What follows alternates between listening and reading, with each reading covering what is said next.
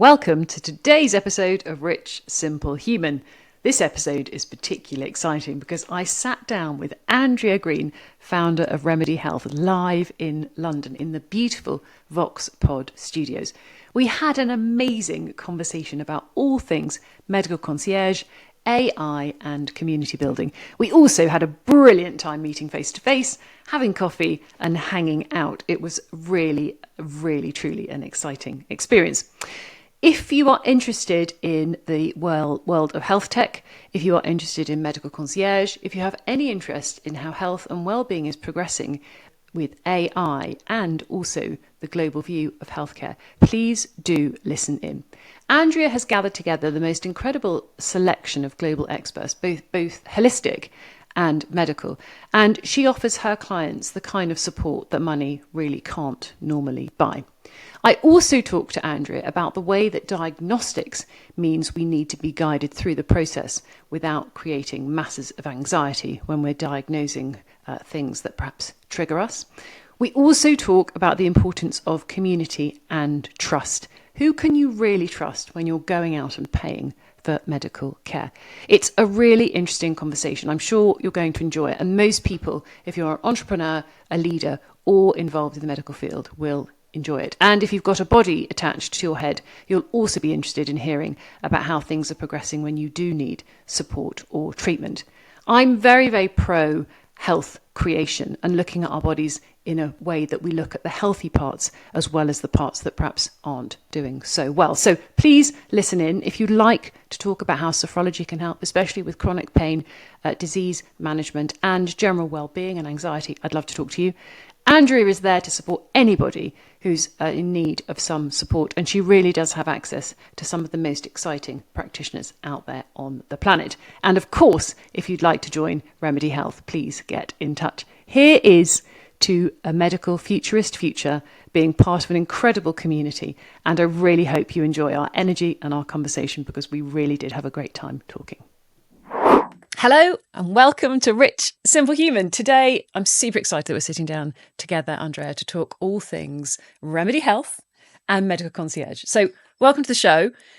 People who are watching on video may have realised that we're actually live here together in Voxpod Studios in London. So amazing. Thank you so much for being here. Thank you. This is the most gorgeous venue and we actually get to be human together today. We've been speaking online for quite a long time. We have. I am obviously part of the Remedē Health group as part of the medical futurists movement, which I'm very excited about.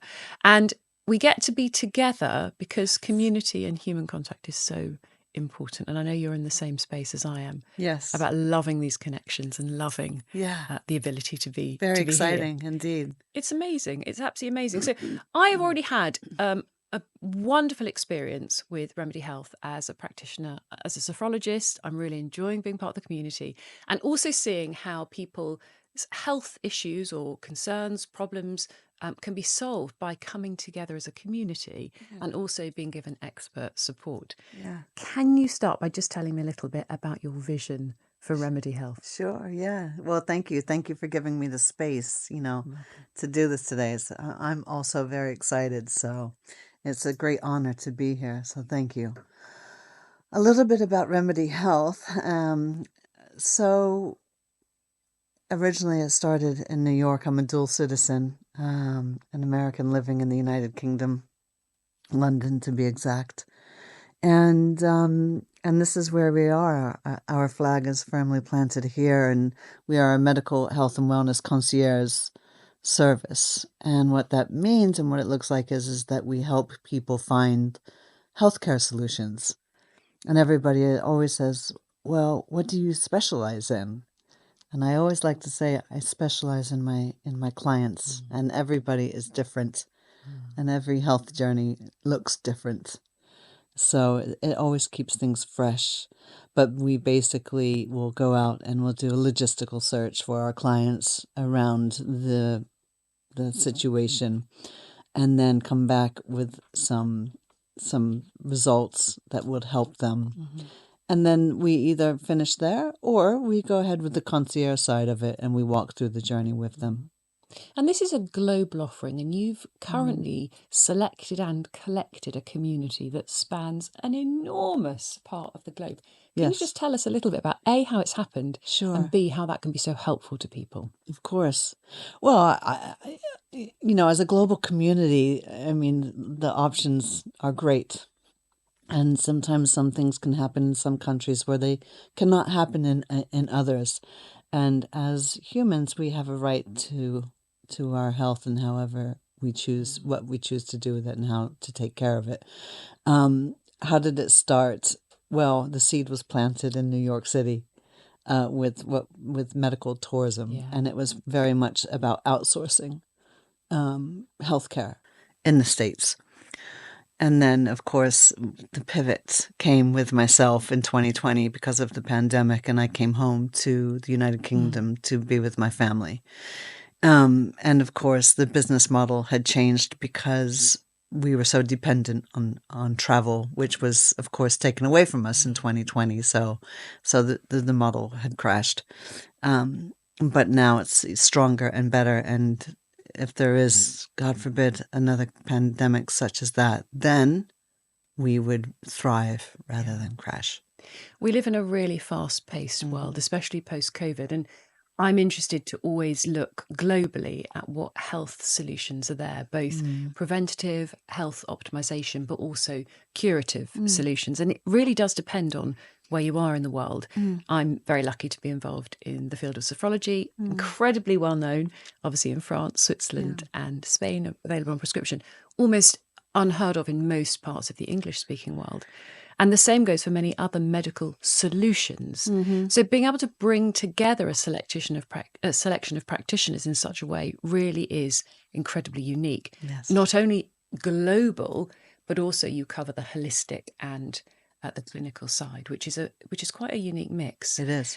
How do you feel about bringing together the sort of the more holistic and the medical together? What do you think are the challenges, and how have you seen that emerge in the community so far? Well, I'm very proud of it. I'm biased, of course.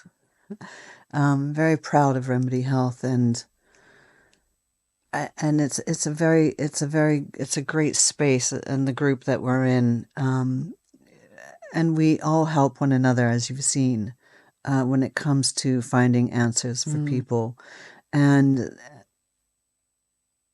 we learn things along the way that sometimes we didn't know. Some of the challenges have been sometimes not, some things can be quite difficult, and it takes time to find answers. And there's different routes that can be taken for one's health. So sometimes it can be a very delicate matter. So that can be challenging. Especially, I think, when a patient is unwell. Yes. Not only are they running out of energy, but the anxiety and the fear is obviously enormous. And I think that's where you step in as being able to provide that security and that safety and that guidance. Because I see clients who are so overwhelmed, and often I see clients who've got very low energy. There's other things going on and they just don't know what to do next. And being able to provide that clarity and that support, I think, is just so unique and so essential. It's priceless. It is, absolutely. I'm going to ask you about AI because I am a huge fan of biometric data. All of my clients use wearable health trackers, and it's a really interesting way to create behaviour change, health optimization and performance improvement when we have actual data attached to behaviour and health. And we also get to use things like CRP, inflammation markers, and various other blood glucose monitors, other tools to see what's going on in the human body on a continuous basis. So it's not just a static lab test. The work that I do is unique in using behaviour change and biometrics at the same time. I know that you're going to really use AI to its full capacity. Tell us a bit about how that sits with the development of Remedē Health, but also the personalised touch as well. So excited about that. And you were just talking, and I'm like, I'm not wearing my wearable today. Oh my goodness. But yes, we're actively working on incorporating AI into Remedē Health, which will be starting within weeks. And what does that look like? So basically, we will be doing a chat GPT for Remedē Health, which will have everybody in the community in our community to be able to be on the ChatGPT. So when the clients use our ChatGPT, then people such as yourself will be able to be found. And then also we will be helping our business clients build their own ChatGPT. And it really helps the client and the patient to, this is as we were talking before, to be able to help educate themselves, to also get answers. And then to continue to keep the humanness front and center. Yeah. Because it's so important, because sometimes the people don't understand how to work the AI. So that's the beauty with Remedē Health, is that I'm always going to be here. I'm always going to be with the client, and I'm going to let them know that we will be using AI on their journey, which will just enhance the experience. But it's always going to become back to us, to the humans. I think it's such a rabbit hole, isn't it? When you start looking at, my right foot is sore. You might Google Google doctor is what we used to do, and now we chat GPT at what could be wrong, and of course then all of a sudden it spits out 5,000 things that could be wrong with your foot, and then you think you need. Oh my God, I'm going to die. I know, you need your toe amputated by the end of the week, and actually it's just a bit of gout or whatever. But that's where you come in, exactly, and also feeding that algorithm with the practitioners that you've got. Sure. When we are clinicians or therapists, we spend a lot of time in our practice dealing with clients, not building systems. This is true. And I think for me, that's where your offering is so unique. Yes. That I can continue to see my clients and spend as much of my energy and time as I need to with them. And more. Exactly. But the operational side, or some of the first touch diagnostics, can be done with Remedē Health. We're going to be doing that, where we will lead the clients to you, and then they will see your calendar, your availability, if they want a consultation with you, if they want to talk with you, if they just want information on your services, prices, like everything, and they can just do everything through you. Yeah. And then if they want to continue to have me with them, they have that choice as well. That sounds absolutely wonderful. Thank you. One of the biggest problems that I see practitioners having is serving and not selling. And they're using quite bold terms. But we're out in the community serving, but not necessarily selling what we're doing. And I think there is a partnership there with Remedē that allows the full package. We're actually able to serve, but you're also serving, but steering into the selling, if you like. What solution is right for me? And that's where you come in. So thank you very much for your vision. Yeah, thank you. It's very exciting. Thank you for being a part of the team. Well, I've really enjoyed connecting, and anybody who's listening that I've spoken to in the Remedē Health group will know how enthusiastic I am about community. And one of the main pillars of work that I do is around people. Yeah. And when we've got the right people alongside us, both personally, professionally, and in terms of our clients, it changes everything, because we become aligned and our energies are running in the same place. And not every practitioner is right for every patient. So true. And as much on paper as they might match, you may find, perhaps, to take an example of cardiologists, you may see one cardiologist that you click with and you like their style, and another that is not your style. And there's nothing wrong with that. Right. But I think it's an important part of being human in the medical profession. It is. Absolutely. It really is, because, you're dealing, with that person's family. You're dealing with, with them, and it's of the greatest importance. I think that's the bit that AI can't do. That matching, that compassion. Yeah, it's almost like a matchmaking service. And I'm laughing thinking about the fact that I was actually involved. I worked for a matchmaking service. Did you really? Back in the 1990s, before computers and the internet were even invented. And we did everything on paper.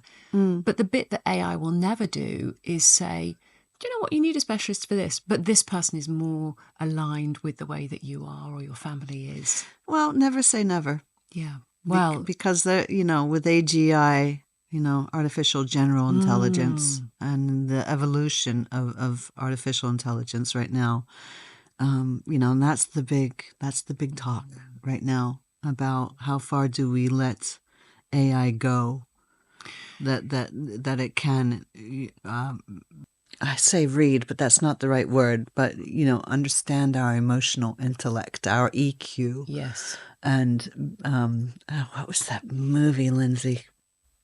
It's the terrifying world of AI. This is the bit that worries me. As the Ex parent Machina. of Have you seen that teenagers. movie? No, Ex I Machina? haven't. Will it stop me sleeping? It might do. It might do, but it's quite an old movie now.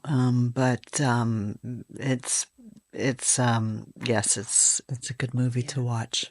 Personality matching, definitely. I'm sure it's coming, but there is some way to go sometimes. Andrea, the work that you do, I know, fuels you massively. Yeah. And I see that in your energy. And I Thank feel you. the same about the work that I do. And I think when we connect over these things, it's often because we've got similar passions. Tell me, what brings you most joy at the moment in your life, professionally or personally? Seeing my clients get the results that they're looking for. And you really do have a heart for that patient experience. Yeah, there's nothing that beats that. Absolutely priceless. Yeah. I'm going to ask you about patient confusion, because we see patients get confused, patients or clients, overwhelmed, and we also see too much or sometimes too little choice, too much or too little information. How do you feel about that situation that we've created in the world? Oh, it's too much of a good thing is a bad thing sometimes.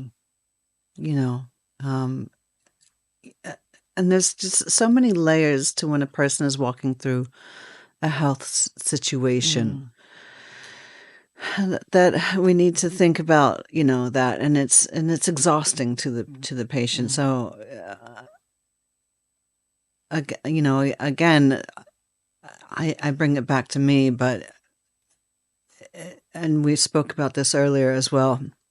When somebody is going to do something and go somewhere to have an experience, it's very important to have guidance on the other side of that, to walk through that. It's exhausting enough when somebody is sick. And that's what I want to be able to give most to my clients, is the support, that they don't have to think about these things, that they could just focus on themselves and focus on healing themselves, and let us take care of the work.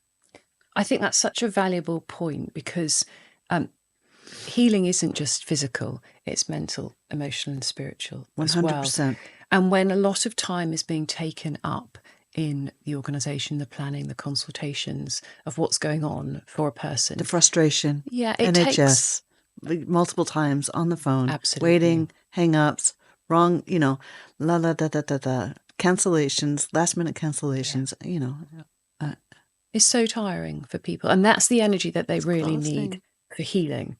And also, I think, accelerating the healing journey with some of the other holistic modalities that you can put people into contact with is really, really valuable. Illness does create anxiety. Of course, it always does.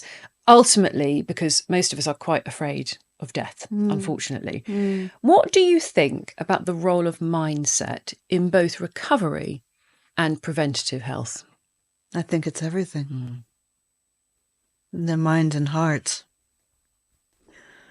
I think it's everything. But we can lead a horse to water, but we can't make it drink. So it's the same with patients. It's you can tell somebody and show them and share them and educate them on certain things, but sometimes they'll just be so shut down. And it's unfortunate, but mindset is everything. It's healing, epigenetics. Yeah.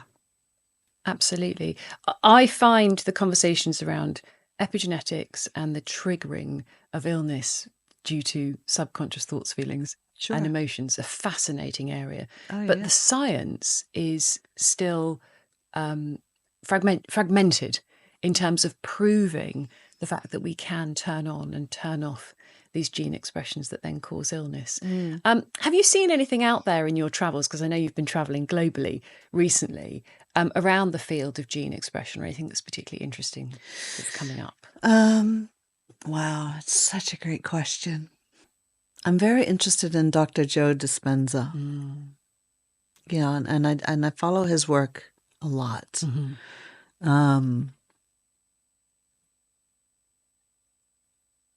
But I haven't, nothing that's come to mind that I've seen in my travels recently. I think it still feels like such a subjective area. And Joe Dispenza and Bruce Lipton are not new to the world. They are very credible scientists. They are. The other person, if people haven't seen their work, is the work of Dr. Lisa Miller. Yes. Very much in line with mindset, having preventative Sure. preventative Sure. processes on illness. And we are seeing this area, I think, increase rapidly, and AI will allow us to accelerate the investigations. I would like to mention Anna Lancaster. I know that you just had Anna That's on right. your podcast recently. Yes, rapid transformational therapy practitioner. Yes. So, yeah. Incredible method. Yeah. And Marissa Peers, of course, I know is a personal friend of yours. So the work that's been done in the field of mindset and the subconscious is incredible. And you have a number of practitioners in the group, including myself, who work in this area. Exactly. That is very, very interesting. But you're right. Patients sometimes are reluctant because they're looking for a medical solution or a prescription. I sometimes feel that people don't understand how powerful their mind can be. Well, no, we don't. To our detriment. But this is a responsibility for Remedē Health to put this card on the table for clients. Yeah. To be like, look, there's also this, and then you just drip on them a little bit. Have a read of this. Look at her website. Yeah. Let's have a talk about it. If you would like to talk with her, let's have a Zoom. Yeah. Just no pressure, and and they like that. Because education is key. Absolutely. Education is everything. And I think the same goes with I was going to mention heart rate variability. Sure. I spend a lot of time talking to my clients about the behaviour of their nervous system being the sort of dashboard to their inner world and the levers that we can pull to increase the feeling of safety or to reduce that fight or flight, which gives the body more energy to heal because, of course, our nervous system is working optimally. And people are sceptical. They always want to see the research. Is this actually true? And of course it is. And we've known this for a long time. I think I was Googling the amount of HRV research on PubMed, and there's over 30,000 published research papers about how important this measure is. Yeah. But of course it's one it's not a blood measure. It's a combination of heart rate and timing. So there is some subjectivity to the measure. But we know that when people go and do things like hypnotherapy, meditation, visualization, breath work, they see that these results really do increase. But again, quite new, and something I'm really excited that you're tackling as part of the medical solution, if you like, at the same time. There is a lot of AI that I think neurostimulations with people who are disabled. And they're able, they can put nodes on them, and they're able to actually have conversations now through thinking and through. So there's a lot. There's loads. There's a lot. There's absolutely loads. When you come across old school mindsets who want to lead with a medical or pharmaceutical solution, what do you say? Because I know that you do come across this. Of course I do. Absolutely.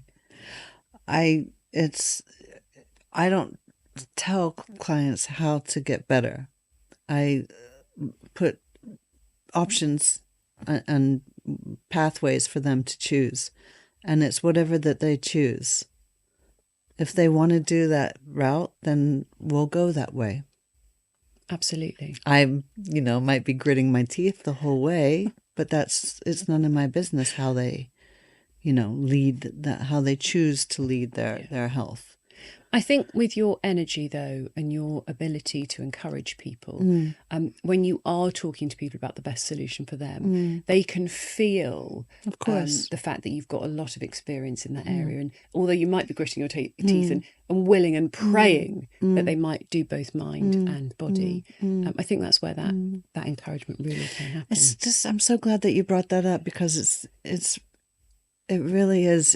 It's quite a difficult situation to be in, because we can't tell the patient on what to do, and they want us. Well, what do you think? Yes. What should you tell us what we need to do? And we can't really do that. We can say, look, this is a really great way, and this is what it would look like. And then I do a quantitative analysis. This would be the results of the data. So you let them see the results quantitatively, which speak for themselves. And then you do a comparison analysis of it, and then they choose accordingly. And remembering that their health and their lives are at stake here. Yeah. So thank you for articulating that so beautifully, because I think that is the essence of where you come in, that you're providing this information. Good practitioners provide suggestions, but ultimately the client makes the decision. Of course. And I think we do sometimes forget there is this break point almost where we stop offering suggestions and we hand over personal agency to them. Really hard when people are tired, unwell, exhausted, and have also perhaps been through a system for a long time without throwing money down the drain, absolutely, not getting answers, without seeing any results. Medical concierge is really, really important, because it provides, I'm going to use the word coaching, but it's almost that coaching style where a client or a patient can then dial back in and see, well, what progress have I made? It's almost like somebody's holding the reins on what's going on. Yeah. And we're beginning to see medical concierge becoming a much more accessible option for people. What do you say to people when they sort of don't quite understand why that's so important? It's okay. Yeah. It's okay to not understand, because we're here to help you. Yeah. And it's just that conversation. And that's everything in a nutshell, and why we do what we do. And then you see the evolution of the person, and they become more confident, and they become stronger, and because they're becoming more knowledged, and then comes the joy. Yeah. Because this is how it should be. We should know everything about ourselves, and and what's going on with us, and to learn to walk with the fear, and to walk in faith, or a surety on your belief system. That's beautifully put. Really, it's a beautiful, beautiful soundbite for how we can shift our thinking from I'm just being done to as a patient to actually I'm engaging in this process with people that support me. Sure. And I have options. Absolutely. And I don't think when I speak to people that is generally their experience of medical solutions. It does feel very much done to me. I'm in this sort of receptive, sometimes victim mode. I've got an illness. And this sort of new age of empowerment. Not only have we got AI, but more data, but then services like Remedē Health who can really support and accelerate the healing journey. Yes, hopefully. Indeed. I was with a client's family the other day, and I received rather a nice compliment. Then we were all talking with one of the CEOs from the group and the family said, "Oh, we have Andrea on speed dial," and there was such comfort in that, and it was just really lovely to hear that, knowing that that they know that there's that they were comfortable with knowing that they had that. I think that support is priceless. Yeah, when people are dealing with complicated medical because situations. they're tired of the situation, because they've hit dead end after dead end after dead end after dead end, and now they're starting to get some answers, And if they have a question, they can always reach out. And so it's great. I think that's so exciting. Yeah. And again, it comes back to your natural gift and talent of being a communicator and a networker. Yeah. And I think for me, when I do the purpose piece with my clients, we always look to, okay, what's unique about you in terms of your gifting? And then our purpose being to go out into the world and give that away. And I see you standing in that in its absolute truth. So thank you so much. Thank you for bringing that to the world. I was going to ask you, what's your most memorable moment of patient improvement or outcome, but you have just alluded to something that's happened recently. Is there anything else you'd add that stands out as a memory where you think, oh yeah, that was a super wonderful outcome? Oh, there's so many. I'm sure. One was I had a client, and she was a young girl, and she was having multiple seizures, and we were able to help her. Yeah, and there was great gratitude at the end of that. And I think of my mother, because I was, she was my number one client. Yeah. So, and of course, it's always great to have her. Yeah. And that's because she was a patient of the NHS. So I got to walk in that NHS space, multiple calls, cancellations. And, she had a hip surgery 3 years ago. And she was on the waiting list for 6 years. Wow. She was 88 when she had the surgery. And we only got her the surgery because I was calling up every day asking if there were cancellations. Yeah. Every day. Wow. At Chelsea Westminster Hospital. So they finally, they got to know me, and I wasn't giving up. But it was only because of that we were able to get her the surgery. It's a really difficult system to navigate. Oh, and of course, so difficult. It's a system that's very, very overwhelmed. 7.5 million people on the waiting list. Yeah. It's a shame, because when I speak to NHS practitioners, their heart is still for the NHS and to serve in public health. And there are many, many health practitioners from the NHS in the UK retraining as sophrologists. Yes. Especially if they've come from the GP space, where they went in with the same heart that you've got to help and support people through their journey of recovery and healing. And of course, that's become incredibly difficult for them. So then they find themselves in a different space. Yeah. I think I've said to you before when we've been chatting, as a practitioner, Remedē really provides that support that allows us to focus on our clients more. And I just wanted to come back to that point, because for me, there's a real security in being part of the Remedē group, because it just gives you that I don't know whether operational is the right word, but that operational support that's often quite difficult when you're a practitioner on the front line with somebody dealing with their own journey. Yeah. So thank you for that. Is there anything you want to say about how Remedē supports the practitioner as well as the client before we close for today? Yeah. Thank you. I mean, to us, the practice is just as important as the patient. It just looks a little bit different. Yeah. Practitioners have their own problems, situations, as well as the patients. And we're very much front and center on being able to show up as we do with our clients. How can we help you? What can we do? What's the best way for you to get resolution to what's going on? How can we help you speed up to the AI? And that's what we're really diligently working so hard on right now, is to build a really strong foundation for the B2B side of it. Something that I found incredibly encouraging is the support, the camaraderie, and the shared experiences.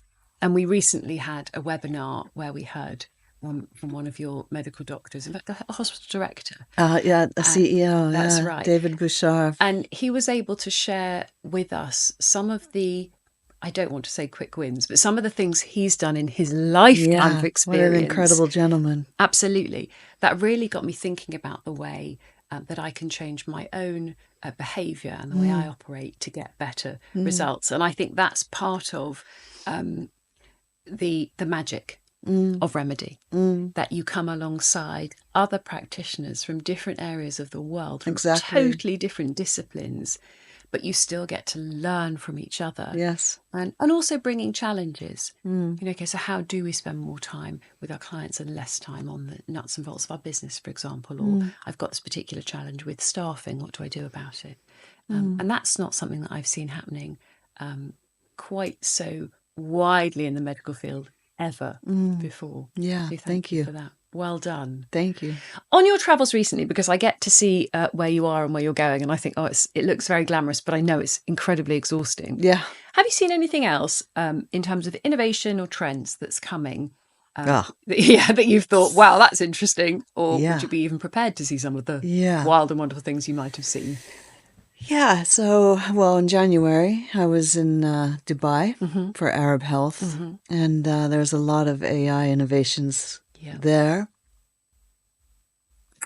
I did one test myself where AI camera took a photograph of my retina and was able to tell the amount of plaque that I had in my carotid arteries. Wow. So that was very telling. Phenomenal. Yes. There was another company, and I don't know the name of them, but that was a hologram of a doctor to be able to, have consultations anywhere. Just there's a lot of things. There's a lot coming. There's a lot coming. I would just add to any conversation about the diagnostics is the diagnostics are rapidly improving or developing, but without the education piece and the support from somebody like yourself, it can be absolutely terrifying. Daunting. Yeah. And when people see data and they don't understand it or they don't know what to do with it, it's sometimes worse than having not seen it at all.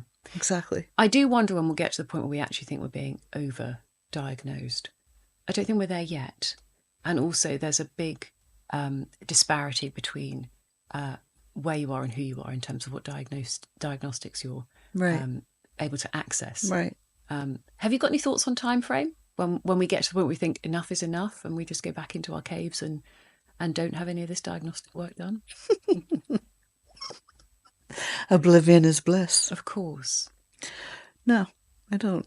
I love data. So, you can take your medical records and put them on AI and just say, simplify this. Yes, of course. Simplify it. Should put this on a 5-year-old level, education level for me to understand what's going on. And I think, but people don't even know how to do that. No, they don't. They don't. And I was talking to somebody the other day, and they were using AI to predict resignations actually within their business, big global business. And AI is a very powerful tool for making these predictions and almost reassuring us in the right hands. Yeah. Look at my medical data. What should I be looking for a diagnostic on? Or where should I be digging? Where should I be digging deeper? I treat myself like a human laboratory. I've always got different things going on. I'm currently using some light patches for various other recovery tools. Good. But of course, there is also the problem when you've used so many things, you don't know what actually worked and what didn't, which is where somebody like you can hold the reins and hold somebody as enthusiastic as me back a little bit and say, maybe try one thing at a time. I woke up this morning with an extra high heart rate variability. I was jolly excited, but I couldn't work out whether it was the patches or the extra supplements I took yesterday, or whether it was a new style of meditation, which was it sort of defeated the object. I got a result, but I couldn't track it back. Yeah. Interesting. Which is not a very scientific approach. So I think that's where, if anybody's listening, they do those sorts of things, you can be a very helpful exactly. person. Andrea, it's been an absolute joy to talk to you, and there's a million other things we could talk about. But before we close for today, can you just tell me how people can connect with you and what's the best way to access your support? Yeah, absolutely. Thank you. Well, the website, remedēhealth.com, and that's with an E, not a Y. On our social media, at Remedē Health, on Instagram and LinkedIn. Which is the same, Remedē Health. Amazing. Yeah. Well, thank you so much for You're today. most welcome. Thank you. It's been an absolute pleasure. And if anybody else would like to know more, please get hold of you. Anybody else wants to know more about sophrology, please get hold of me.